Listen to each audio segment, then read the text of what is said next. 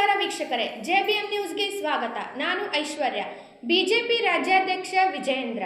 ಬೆಂಗಳೂರು ಶಿಕ್ಷಕರ ಕ್ಷೇತ್ರದ MLC ಚುನಾವಣೆ ಮಾಡಲಾಗಿದೆ. ಈ ಕುರಿತು ಒಂದು ವರದಿ ಇದೆ, ಬನ್ನಿ ವೀಕ್ಷಿಸೋಣ. ರಾಜ್ಯದಲ್ಲಿ 4 MLCಗಳ ಸ್ಥಾನಕ್ಕೆ ಚುನಾವಣೆ ಬರಲಿದೆ. ಬೆಂಗಳೂರು ಶಿಕ್ಷಕರ ಕ್ಷೇತ್ರದ ಚುನಾವಣೆ ಹಿನ್ನೆಲೆ ನೋಂದಣಿ ಶುರುವಾಗಿದೆ.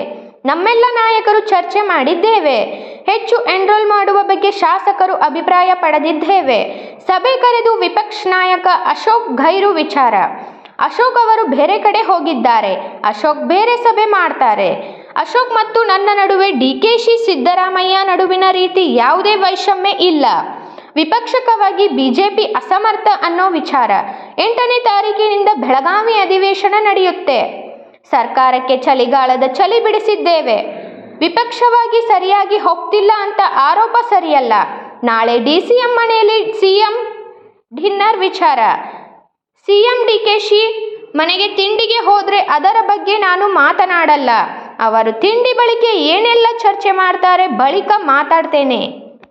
ಶಿಕ್ಷಕರ ಕ್ಷೇತ್ರದ ಚುನಾವಣಾ ಹಿನ್ನೆಲೆಯಲ್ಲಿ ಈಗಾಗಲೇ ನಿಮಗೆ ಗೊತ್ತಿದೆ, ಮತದಾರರ ಒಂದು ಎನ್ರೋಲ್ಮೆಂಟ್ ಪ್ರಾರಂಭ ಆಗಿದೆ.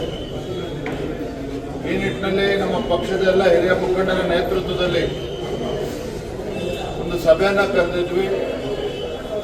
ಮಾಜಿ ಮುಖ್ಯಮಂತ್ರಿಗಳಾಗಿರುವಂತಹ ಸದಾನಂದ ಗೌಡಜಿಯವರು, ವಿಪಕ್ಷ ನಾಯಕರು ಛಲವಾದಿ ನಾರಾಯಣ ಸ್ವಾಮಿ ಅವರು, ಸುರೇಶ್ ಕುಮಾರ್ ಅವರು, ಗರುಡಾಚಾರ್ಯ ಅವರು, ಮುನಿರತ್ನ ಅವರು, ದಾಸರಳ್ಳಿ ಮುನ್ರಾಜ್ ಅವರು, ರಾಮಮೂರ್ತಿ ಅವರು ಎಲ್ಲರ ನೇತೃತ್ವದಲ್ಲಿ ಒಂದು ವಿಶೇಷ ಸಭೆಯನ್ನು ಕರೆದು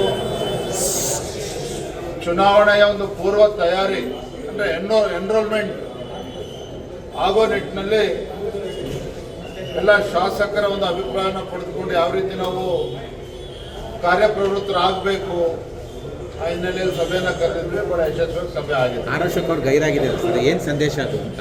ಗೈರೇನಿಲ್ಲ, ಅವ್ರು ಬೇರೆ ನಿನ್ನೆ ಬೆಳಗ್ಗೆ ತೀರ್ಮಾನ ಆಗಿರ್ತಕ್ಕಂಥ ಸಭೆ. ಅಶೋಕ್ ಅವರು ಬೆಳಗಾವಿನಲ್ಲಿ ಇನ್ನೊಂದು ಸಭೆ ಮಾಡುತ್ತಿದ್ರು, ಅದ್ರ ಬಗ್ಗೆ ಮತ್ತೇನು ಕಾಂಗ್ರೆಸ್ನಲ್ಲಿ ಸರ್ ಇಲ್ಲಪ್ಪ ಅವ್ರು ಹೇಳಿದ್ರು. ಆ ರೀತಿ ನಾವು DK ಶಿವಕುಮಾರ್ ಸಿದ್ದರಾಮಯ್ಯ ಮಧ್ಯೆ ಇರ್ತಕ್ಕಂಥ ಸಮಸ್ಯೆ ನಮ್ಮಲ್ಲಿ. ಕಾಂಗ್ರೆಸ್ನಲ್ಲಿ ಇಷ್ಟೆಲ್ಲ ನಡೀತಿರುವಾಗ ವಿರೋಧ ಪಕ್ಷವಾಗಿ ಬಿಜೆಪಿ ಸ್ಟ್ರಾಂಗ್ ಆಗಿ ಪರಿಣಾಮಕಾರಿಯಾಗಿ ಜನಾಭಿಪ್ರಾಯ ರೂಪಿಸ್ತಿಲ್ಲ ಅನ್ನುವಂಥ ಆರೋಪ ಪಕ್ಷದ ವಲಯದಲ್ಲಿ ಕೇಳಿ ಬರ್ತಾ ಇದೆ. ನಿಮ್ಮ ಪಕ್ಷದಲ್ಲಿ 8ನೇ ತಾರೀಕಿಂದ ಬೆಳಗಾವಿಯ ಚಳಿಗಾಲದ ಅಧಿವೇಶನ ಪ್ರಾರಂಭ ಆಗ್ತದೆ. ಅಲ್ಲಿ ರಾಜ್ಯ ಸರ್ಕಾರಕ್ಕೆ ಯಾವ ರೀತಿ ಚಳಿ ಬಿಡಿಸಬೇಕು ಅಂತೇಳಿ ಈಗಾಗಲೇ ನಾವು ಚರ್ಚೆ ಮಾಡಿದ್ದೇವೆ. ಯಾವ ರೀತಿ ಹೋರಾಟವನ್ನು ಕೈಗೆತ್ತಿಕೊಳ್ಬೇಕು, ಸದನದ ಹೊರಗಡೆ ಮತ್ತು ಸದನದ ಒಳಗಡೆ ಯಾವ ರೀತಿ ಒಂದು ವಿಪಕ್ಷವಾಗಿ ಭಾರತೀಯ ಜನತಾ ಪಾರ್ಟಿ ಮತ್ತು JDS ಒಟ್ಟಾಗಿ ಸದನದ ಒಳಗಡೆ ಯಾವ ರೀತಿ ಸರ್ಕಾರವನ್ನು ಕಿವಿ ಹಿಂಡುವಂತ ಕೆಲಸ ಮಾಡಬೇಕು, ಇದರಲ್ಲಿ ಈಗಾಗಲೇ ಕಾರ್ಯತಂತ್ರ ರೂಪಿಸಿದ್ದೇವೆ. ಹಾಗಾಗಿ ವಿಪಕ್ಷವಾಗಿ ನಾವು ಸರಿಯಾಗಿ ಹೋಗ್ತಾ ಇಲ್ಲ, ಸರಿಯಾಗಿ ನಡೀತಾ ಇಲ್ಲ, ಯಾವುದೂ ಕೂಡ ಸತ್ಯಕ್ಕೆ ದೂರ ಆಗಿರ್ತಕ್ಕಂಥದ್ದು ಸದನದಲ್ಲೇ ನಾವು ನೋಡ್ತೀವಿ. ನಾಳೆ ನಾಟಿಕೋಳಿ ಬ್ರೇಕ್ಫಾಸ್ಟು, ನಾಟಿಕೋಳಿ ಬ್ರೇಕ್ಫಾಸ್ಟ್ ಸರ್ ನಾಳೆ DCM ಮನೆಯಲ್ಲಿ CMಗೆ. ಅಲ್ಲದೆ ಮುಖ್ಯಮಂತ್ರಿಗಳು DK ಶಿವಕುಮಾರ್ ಮನೆಗೆ ತಿಂಡಿ ಹೋಗ್ತಾರೆ ಅಂದ್ರೆ ಅದ್ರ ಬಗ್ಗೆ ನಾವೇನು ಪ್ರತಿಕ್ರಿಯೆ ಕೊಡೋದಿದೆ. ಆ ಸಭೆಯಲ್ಲಿ ಏನು ಚರ್ಚೆ ಆಗ್ತದೆ, ಚರ್ಚೆ ನೀವೇನು ಮಾಹಿತಿ ಕೊಡ್ತೀರೋ ಅದನ್ನ ಪ್ರತಿಕ್ರಿಯೆ ಕೊಡೋದಿಲ್ಲ. ಅದು ಊಟ ತಿಂಡಿ ಮಾಡಿದ್ರೆ ನಾವೇ. ಥ್ಯಾಂಕ್ ಯು, ಧನ್ಯವಾದ.